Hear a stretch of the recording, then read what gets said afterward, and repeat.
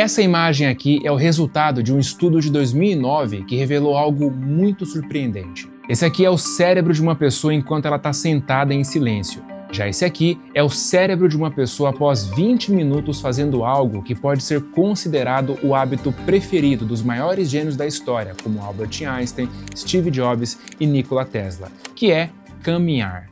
E basicamente, toda essa ativação que você vê na segunda imagem significa um cérebro mais alerta, focado, criativo e relaxado. Não é à toa que todos esses gênios que citei tinham a caminhada como um hábito. Por exemplo, Steve Jobs era famoso por fazer reuniões caminhando. Ele acreditava que isso ajudava a clarear a mente e a ter ideias mais inovadoras. Einstein também tinha o hábito de caminhar longas distâncias, muitas vezes sozinho, porque dizia que isso ajudava a processar pensamentos complexos.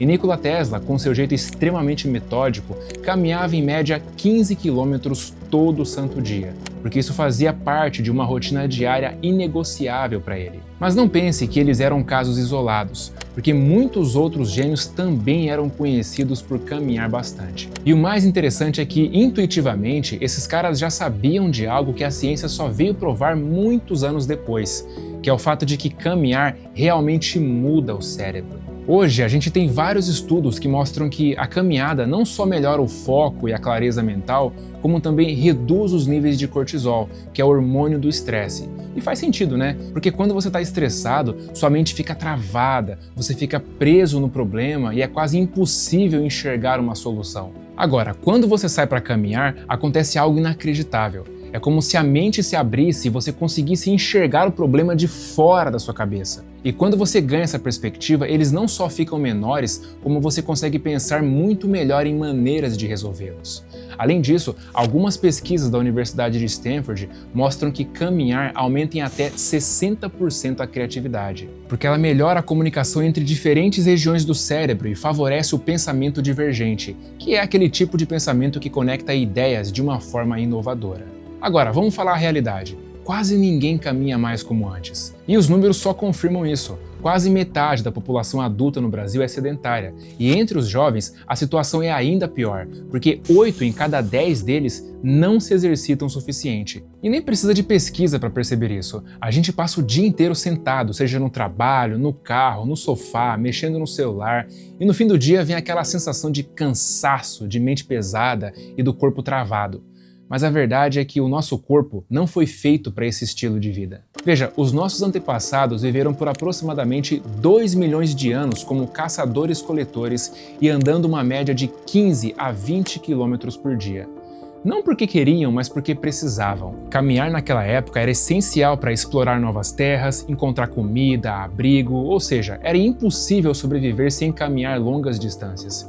E esse estilo de vida nômade se perdurou até uns 12 mil anos atrás, que foi quando nós começamos a dominar a agricultura e a domesticação de animais, o que possibilitou que começássemos a viver em lugares fixos. A partir desse momento, o ser humano começou a passar por um processo de sedentarização, mas, obviamente, nem se compara ao que vivemos hoje, porque apesar desse processo ter começado há milhares de anos atrás, foi só nas últimas décadas que nos tornamos essa sociedade que passa praticamente o dia todo sentado. Quer dizer, o que são algumas décadas comparado a 2 milhões de anos? O corpo nem começou a se adaptar a esse novo estilo de vida direito, porque do ponto de vista evolutivo, o corpo humano se adapta em escalas de milhares de anos. E aí vem um problema. O nosso corpo ainda é o mesmo dos caçadores-coletores, só que agora a gente se mexe muito menos. E sempre que a gente força o corpo a viver de um jeito que ele não foi projetado, pode ter certeza que vai dar problema. Não é à toa que a lista de doenças que uma pessoa sedentária está exposta é algo exorbitante. Bom, beleza, agora você já sabe que caminhar é importante. E assim, uma caminhada de qualquer duração, em qualquer lugar e a qualquer momento do dia é melhor do que nada.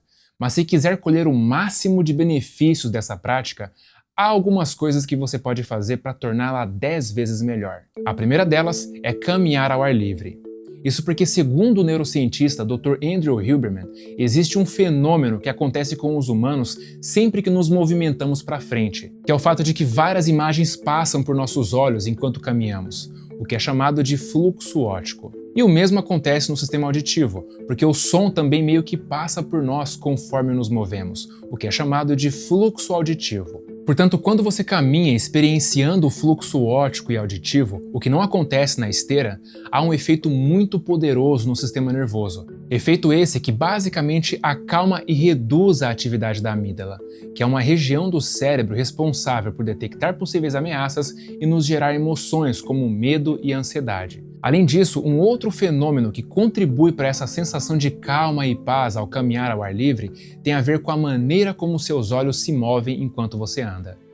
Quem descobriu isso foi a doutora Francine Shapiro, uma psicóloga que estudou como o movimento lateralizado dos olhos pode influenciar diretamente a regulação emocional. Ela percebeu que ao mover os olhos de um lado para o outro de forma rítmica, o cérebro ativa um mecanismo natural de processamento emocional muito parecido com o que acontece no sono REM, que é quando consolidamos memórias e processamos emoções. E adivinha só?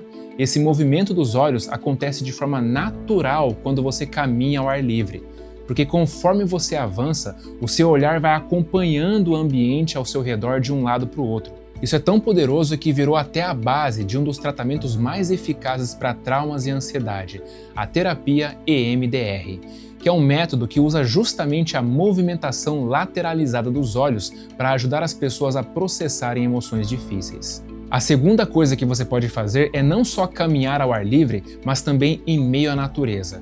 Porque tem uma diferença enorme entre caminhar numa avenida cheia de prédios, carros e poluição e caminhar próximo das árvores, ouvindo os sons dos pássaros e respirando um ar puro. E isso tem uma explicação bem interessante. Para começar, as plantas e as árvores liberam compostos chamados fitoncidas, que são substâncias naturais que ajudam o sistema imunológico e têm um efeito calmante no cérebro. Elas são, na verdade, uma forma de defesa das plantas contra micro-organismos, mas quando inalamos esses compostos, o nosso corpo responde reduzindo o estresse e melhorando o humor.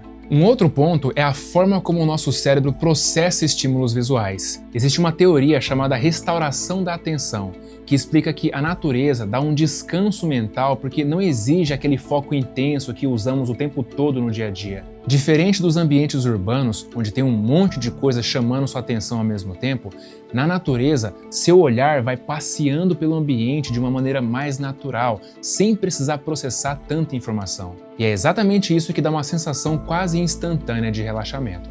Além disso, o biólogo Edward Wilson propôs a hipótese da biofilia, a qual sugere que os seres humanos têm uma conexão inata com a natureza. Porque como nós passamos milhões de anos vivendo nesse tipo de ambiente, o nosso cérebro simplesmente reage melhor a ele. Então, estar cercado de árvores, ouvir o som dos pássaros e sentir o vento tocando a nossa pele são coisas que, em um nível profundo, fazem o nosso sistema nervoso reconhecer que estamos em um ambiente seguro. E isso naturalmente gera uma grande sensação de bem-estar. Por fim, a terceira coisa que você pode fazer para tirar ainda mais proveito da caminhada é fazê-la na primeira hora após acordar pela manhã.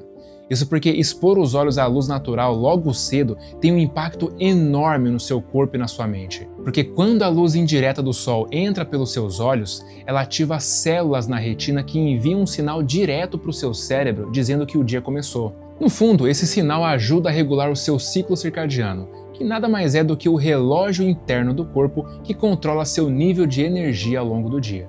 Então, quando você se expõe à luz natural de manhã, seu corpo entende que é hora de acordar e te deixa mais alerta e disposto. Além disso, esse mesmo sinal também ajuda seu cérebro a produzir melatonina no horário certo, o que consequentemente leva a um sono de maior qualidade à noite. Então, se possível, faça sua caminhada de 20 minutos nessas 3 condições e você terá os 20 minutos mais bem aproveitados do seu dia. No começo pode ser difícil, mas depois que isso virar um hábito, sua saúde física e mental vai ir para um outro patamar. E se precisar de ajuda para construir hábitos como esse, ou até para mudar hábitos negativos que estão prejudicando sua vida, clica no primeiro link da descrição e assiste o vídeo que preparei para você lá. Porque lá eu revelo o caminho mais fácil e rápido para você conseguir fazer isso.